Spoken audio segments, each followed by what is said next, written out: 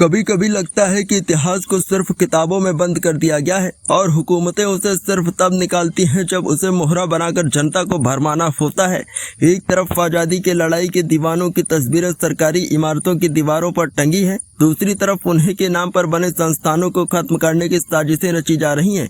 लोकतंत्र की बुनियाद रखने वाले और संपूर्ण क्रांति का बिगुल फूंकने वाले जयप्रकाश नारायण, जिनका नाम सिर्फ नेताओं की जुबान पर चुनावी मौसम में आता है, उनका नाम भी अब सत्ता के सौदागरों की नजर में बोझ बन चुका है। उत्तर प्रदेश में जहां जनता महंगाई, बेरोजगारी और शिक्षा की बदहाली से लड़ रही है, वहां की सरकार को JPNIC बेचने की जल्दी है। स्कूल बंद करने की फुर्सत है और LDO को तिजोरी भरने का नया रास्ता दिख रहा है। क्या यही डबल इंजन की सरकार है, जहां इंजन तो चल रहा है लेकिन पीछे की दिशा की तरफ? मुख्यमंत्री जी जो खुद को फकीर बताते हैं, वो आज सरकारी विरासतों को व्यापार की तरफ बेचने में लगे हैं। शायद अब उनका झोला JPNIC जैसी संस्थाओं को समेटने के लिए फैलाया जा रहा है, ताकि जो इतिहास बचा है उसे भी नीलाम किया जा सके। समाजवादी पार्टी के राष्ट्रीय अध्यक्ष अखिलेश यादव ने इस साजिश को लेकर बड़ा खुलासा किया है कि कैसे भाजपा सरकार ने एक सोची समझी रणनीति के तहत जयप्रकाश नारायण इंटरनेशनल सेंटर की सोसाइटी को कैबिनेट से भंग करवा दिया गया है। और अब अगला कदम यह है कि इसे LDA को सौंप देना और फिर उसका व्यावसायिक दोहन करना। अखिलेश यादव ने सरकार से दो टूक कहा है कि अगर इसे बेचना ही है तो समाजवादी पार्टी इसे खरीदने को तैयार है। चंदा इकट्ठा करेंगे लेकिन इस धरोहर को मछली बाजार या कबूतर खाना बनने नहीं देंगे।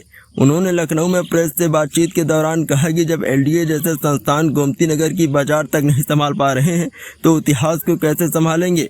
उन्होंने सवाल उठाया कि क्या ये वही सरकार है जो देशभक्ति की बात करती है लेकिन देशभक्तों की विरासतों को मिटाने में लगी है। भाजपा के चाल सिर्फ इमारतें बेचने तक नहीं रुके, उन्होंने स्कूलों को भी चुनावी हार जीत की तराजू में तौल दिया है। अखिलेश यादव ने आरोप लगाया कि जिन स्कूलों के बूथों पर भाजपा को हार मिली उन्हें बंद किया जा रहा है, लेकिन समाजवादी कार्यकर्ता अब इस साजिश का जवाब 15 अगस्त को देंगे। देश के 5000 बंद हो रहे स्कूलों में जाकर तिरंगा फहराया जाएगा, देशभक्ति की असली मतलब दिखाया जाएगा।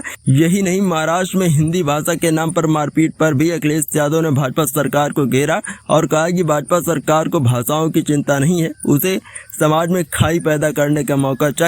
उन्होंने मांग की कि JPNIC के हर फ्लोर को एक भारतीय भाषा के प्रचार प्रसार के लिए दिया जाए, जिससे मराठी, गुजराती, कन्नड़, तमिल, उर्दू और अन्य भाषाओं का सम्मान हो और हिंदी भाषियों की गरिमा बनी रहे। लेकिन भारतीय जनता पार्टी को तो सिर्फ आग लगानी है ताकि धुएं में उनकी साजिशें छुपी रहें। अखिलेश यादव ने यह भी कहा कि लाखों युवक रोजगार के लिए विदेश जाते हैं, लेकिन सरकार की नाकामी का आलम यह है कि हाल ही में अमेरिका से भारतीयों को जंजीरों में बांधकर वापस भेजा गया है। क्या ये वही आत्मनिर्भर भारत का सपना है?